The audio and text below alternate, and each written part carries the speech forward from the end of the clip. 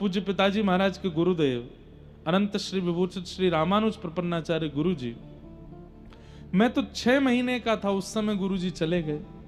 लेकिन जब मैं बड़ा हुआ तो मैं अपने चित्र देखता था गुरु जी की गोद में, गुरु जी के चित्र लगे थे, तो मैं पूछता था माँ से ये कौन है।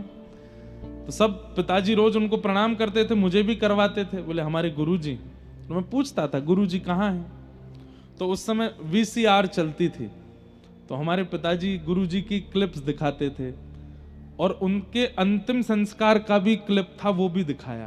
पूरा वृंदावन जुड़ा था, बड़े बड़े संत आए थे, स्वामी श्री अखंडानंद जी महाराज से लेकर के जहां तक, मतलब इतनी संख्या में भीड़ वृंदावन में किसी शव यात्रा में नहीं हुई जितनी पूज्य गुरुदेव भगवान हमारे दादा गुरु।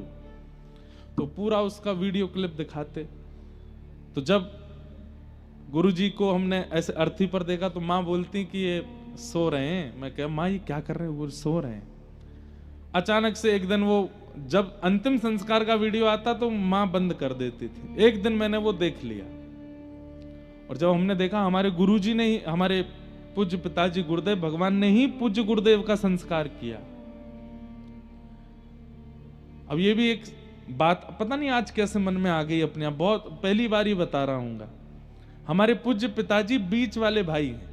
तो हमारे यहाँ शास्त्रों का ऐसा भाव है या कहीं ऐसा निर्माण बात है कि अगर 3 पुत्र हैं, 4 पुत्र हैं, तो माता पिता के मृत्यु पर संस्कार या तो सबसे बड़ा करेगा या सबसे छोटा वाला करेगा, बीच वाले संस्कार नहीं करते। हमारे पिताजी बीच के हैं, इसलिए माता पिता के संस्कार का तो अधिकार था नहीं, लेकिन गुरुदेव ने उन पर इतनी कृपा की थी, जाते जाते भी गुरुदेव कह के गए हमारा संस्कार इनसे ही करवाना। हमारे पिताजी महाराज ने गुरुदेव का संस्कार किया। तो वो सब देख रहे थे, तो जैसे अग्नि प्रज्वलित करी तो मैं रोया बहुत तेज। और कहते हैं हमारी माँ बताती 6 रात्रि तक मैं रोता ही रहा, बार बार उठ के रोने लगता। क्यों? कि गुरु जी को पिताजी ने जला दिया, गुरु जी को पिताजी ने जला दिया।